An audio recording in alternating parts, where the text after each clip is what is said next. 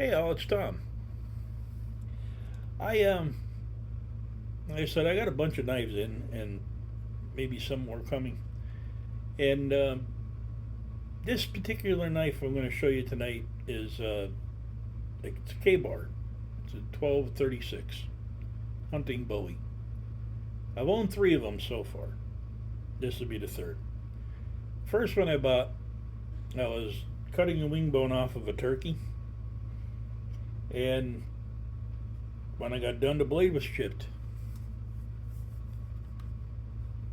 Hang on for a second.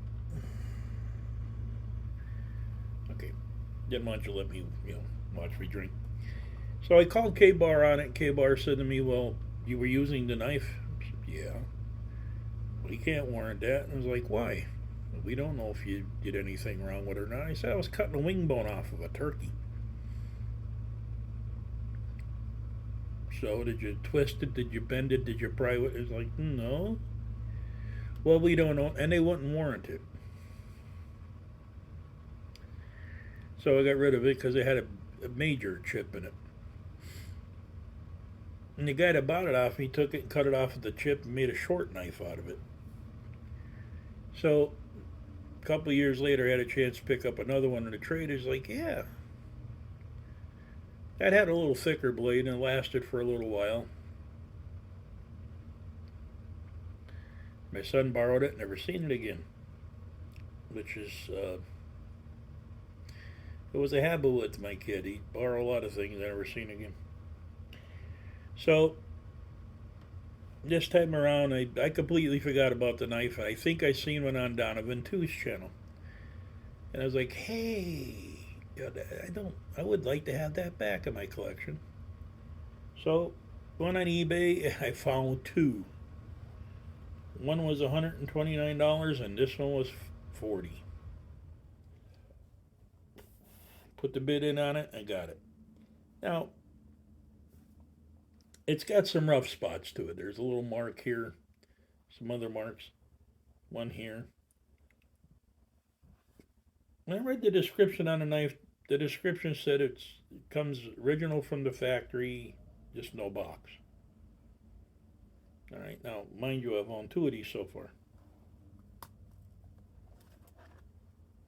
so I'll show you what I mean as we go through this.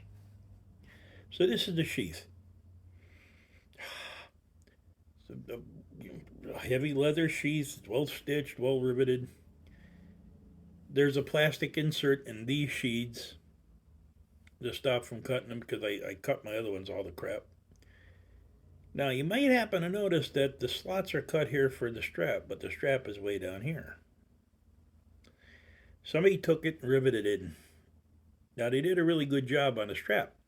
Unfortunately, they riveted here for whatever reason I don't know. It cut the belt loop in half. I got a hold of the guy that had the knife. He said, "Oh no, that's the way it is. That's original like that." I was like, "No. I've had two of these so far. That's not original like that." I could pull the rivet. It's not a big deal. But it is when somebody lies about stuff like this. So, like I said, it's a heavy leather sheath. It's got one, two, three, four, five rivets up the side, as you can see. Really nice sheath. Okay. Snap, good old retention on it. So, this is the knife. This is the K-Bar 1237. 36, I apologize. Made in Taiwan. It says K-Bar on one side, 1236 made in Taiwan on the other. It's got a 6.5-inch blade with a 6-inch cutting surface because they always do this stupid thing with this little cutout down here instead of just running the blade up to the guard.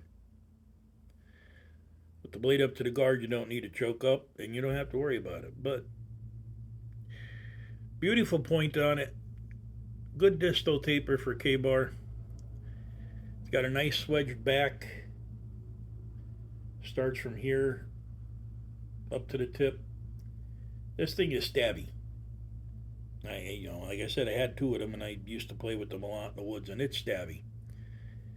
The tip is ultra thin. Now, I wouldn't trust this to do anything else, honestly, but hunt with.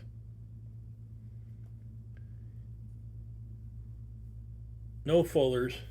It's got a brass guard, thin brass guard, leather stacked handles are red, white, and black spacers. And your typical pinned in K-bar pommel. All their hunting knives have that for years. The leather stacked has got finger grooves cut into it, which fits perfectly, and the handle is 5 inches long. Weight, I don't know. So let's see what we got here.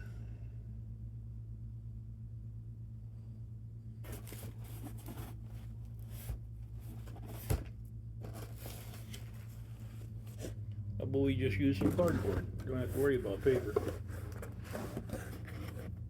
Where are we at here?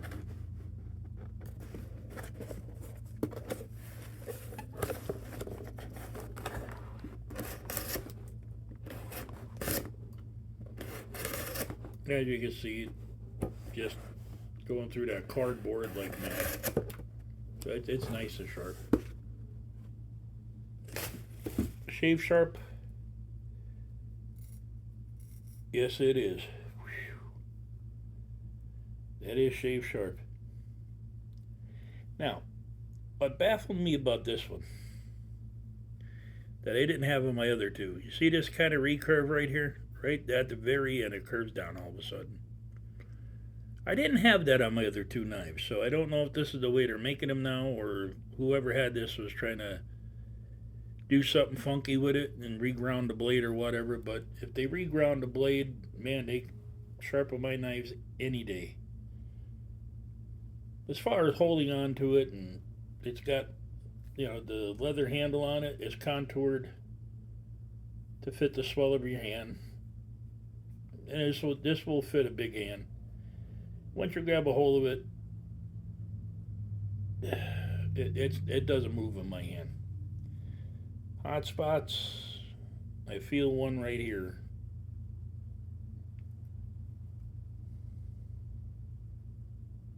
Yeah. It's what's this, 3/16 thick? Looks like. Maybe, no, it can't be 5/32. Yeah, it might be 5/32. That's smaller than 3/16. But outside of that, I mean, it's a beautiful blade. I carried the second one I carried for months in the woods. The only reason why I stopped is because it really doesn't have enough weight to do any kind of good chopping. If I seen a limb on a tree and I wanted to take some fat wood off, it really didn't want to chop. It'd bounce off, and there's no weight to this knife. It's light as a feather. So it's a hunting Bowie. It's not a fuel knife. It's not a combat knife. Whatever you want to call it. This is a hunting Bowie. So they are beautiful knives. If you get a chance to grab one, put in your collection, hey, they're gorgeous. And you'll see when you grab a hold of the handle, this is a hunting handle, not that like overly bulbous marine fighter type handle. That was the only complaint I ever had, which, it's around the knife communities anyway. The only complaint I ever had about that knife, for as many years as I had it, and many years as I used it, is that the handle was just too bulbous to fit my hand right. It'd slip, drop, and it was a pain in the butt. Basically what it was. But yeah, this is the K-Bar 1236. Hunting Bowie.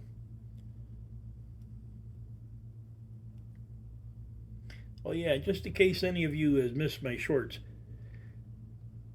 that didn't come out right. Short videos. I was researching the Bowie knife, and I ran into Julia Watts. Turns out she's Jim Bowie's, 18th great granddaughter or something like that. Now they have documentation about the cousin, I guess he is black, that made the knife. He did make the knife. Blah, blah, blah, blah. So I said to her, so tell me something. How do you pronounce that family name? Is it Bowie or is it Bowie? Because if you go by proper English, it should be Bowie, with the O being in front of the I. It should be Bowie. But it's pronounced BOOWIE, just for the record. So now, I was down to one Bowie knife. Now I got a couple of Bowie knives. This I don't really consider to be a Bowie knife. This is just a medium-sized knife. But it's classified as a hunting Bowie. So this is the kabar. 1236. I'm going to take forever not to say 1237. I like it. I wouldn't go throwing it. I wouldn't go doing any big heavy field work with it but for wood stuff and hunting, it's a decent blade.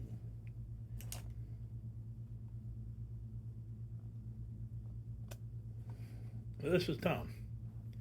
I'm going to put this back in the sheath before I cut myself again on it. I cut myself the last video on a Donovan 2 knife. I hit the little,